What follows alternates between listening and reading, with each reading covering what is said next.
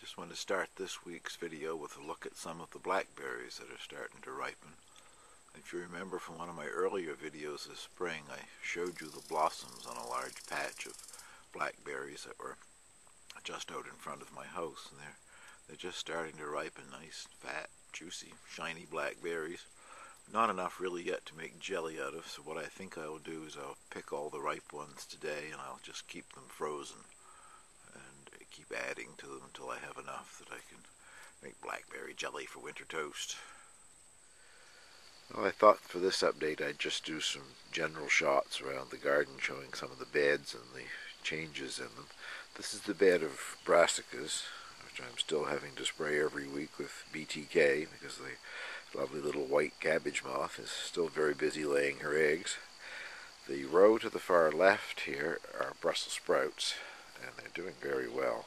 Very, very tiny sprouts on them, but well, maybe another week or so I'm going to take the growing end off, so they will then concentrate on developing their sprouts. And in the row next is a row of Savoy cabbage. The variety is called drumhead, and they're all forming up, starting to form cabbages, so I'm going to get at least small cabbages out of them. I've ordered a special fermenting gallon jar. I want to try making some sauerkraut, so looks like I'm going to have the cabbage to do it with. The next row is the row of heirloom Italian broccoli, which I have not been very satisfied with. I got one small head off of each one, and now I'm getting some of those, small side shoots that form, so I am still going to get another meal or so off them, I guess, but they certainly were not very impressive of what they grew. I won't grow that variety again. And then we have the Toscana palm kale, which I have really enjoyed. It's delicious. As fast as you take the lower leaves off, it just seems to grow taller and grows more leaves. And on the end is probably my best cabbage. I guess it's just another one of the Savoy cabbages. This bed had my garlic in, the first 4 squares here. So the garlic's been harvested. Yesterday I added some compost, and I planted 3 cells of lettuce, 3 different kinds of lettuce again. See if I can get some fall lettuce. And 1 cell of the French breakfast radish. Behind it is another one of the broccoli plants, and a cell of the Florence fennel. And I've been enjoying the fennel. I've had, I guess, 3 heads of it I've used in pasta sauce. It adds a nice flavor to it. Over next to that is some Swiss chard, which has been doing very well. And just finishing up in behind here are the Royal Burgundy heirloom beans, which have been very good, but I only have a few of them. And down in behind there are just a few plants of the French haricot vert.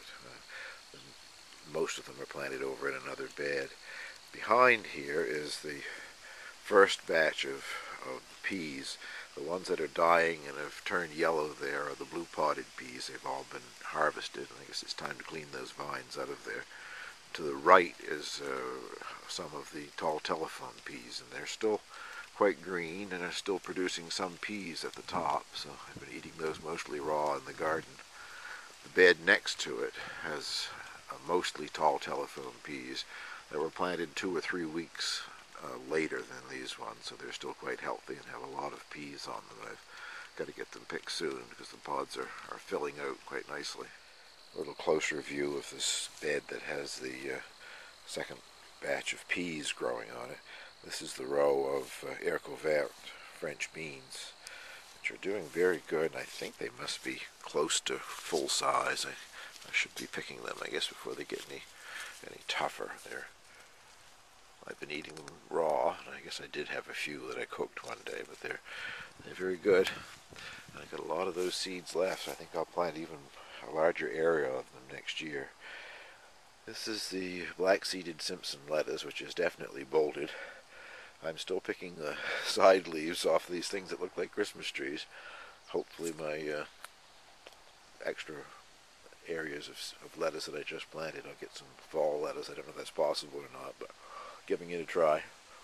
Another Toscano palm kale plant. And here I have 2 squares of Italian flat-leaf parsley, which I haven't used a great deal of. I used some in salads the other day, and it certainly is doing very well.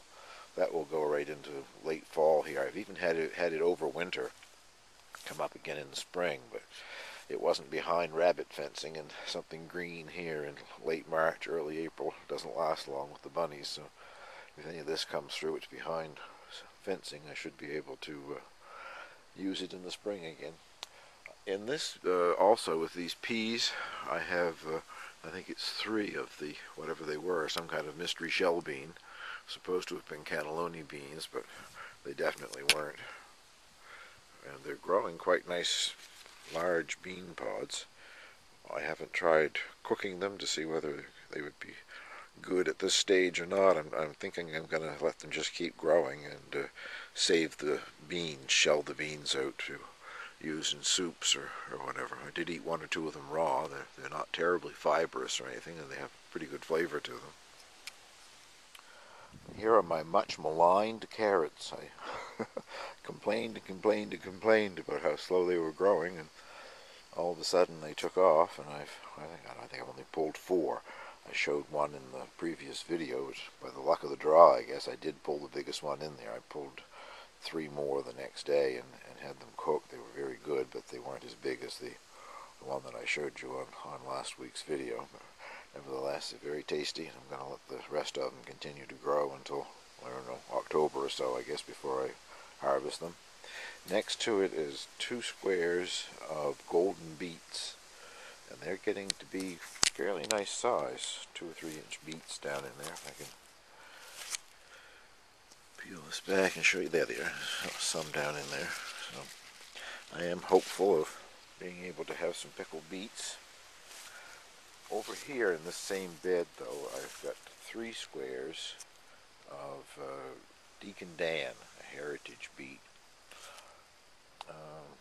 I don't think there's, well, I guess there's a few in there that are developing little beets on them, but they've been a bit disappointing. I think perhaps my climate here isn't hot enough for this variety. I mean, they never developed into very big plants, and they're right next door to other ones that are very successful, so it can't be the soil or anything else that I'm doing to them. I think it's just they're for a hotter climate than here, so I don't think I'll plant Deacon Dan again. My heirloom variety tomato black cherry are ripening, and I've had several.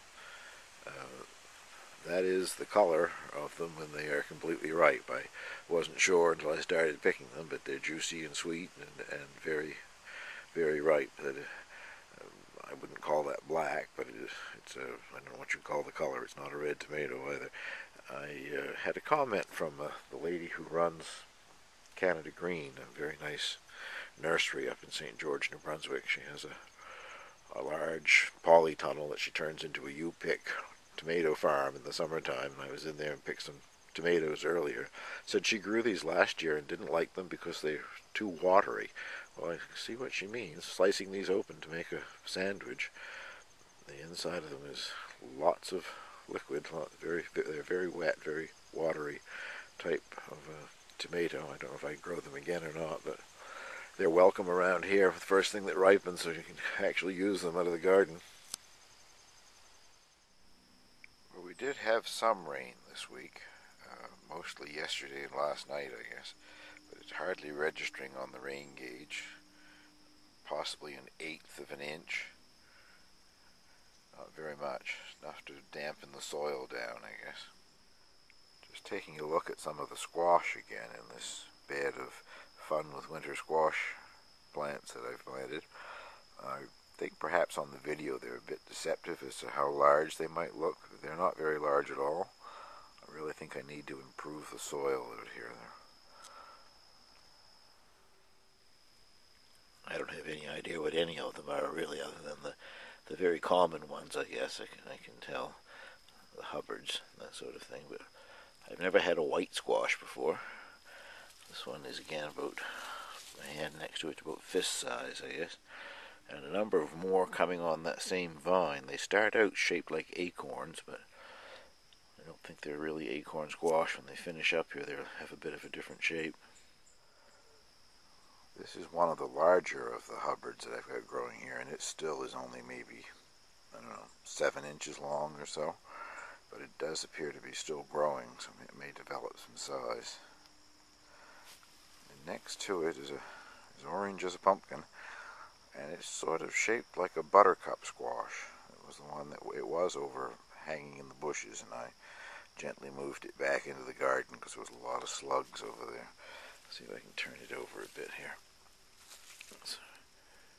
Well, yeah, the other side of it sort of looks like a buttercup squash, but I guess evidently there is a yellow variety. I've never seen anything quite like it before. I'm definitely going to have to make quince jelly this fall. I made my first quince jelly last year and enjoyed it, but I've never seen as much fruit as is on this flowering quince this year. It's just loaded, looks like an apple tree. I'll finish this week's update off with a small disaster in the greenhouse. One of my Blackberries new heirloom tomatoes got heavy enough that it actually snapped off the bamboo cane that it was tied up to. I have a bamboo cane, probably 1/4 inch cane, wired to the ceiling of the greenhouse, running the length of the greenhouse, and I used that to tie the tomato up to. This thing got heavy enough that it fell, and I think in the process, by the looks of it, probably snapped the plant off somewhere and killed it. But I'm going to have to harvest the green tomatoes and hope that they ripen in the house. But I wanted to show you this cluster of green tomatoes. No wonder it fell off. They are really quite big. Nothing ripening. When I touched it the other day, one did come off in my hand, and I've got that on a windowsill in the house, and I can see where it is already starting to ripen. So I think if I cut these off and cut down this particular plant, bring them in, I'll soon have ripe tomatoes in the house anyway. Well, that's it for this week.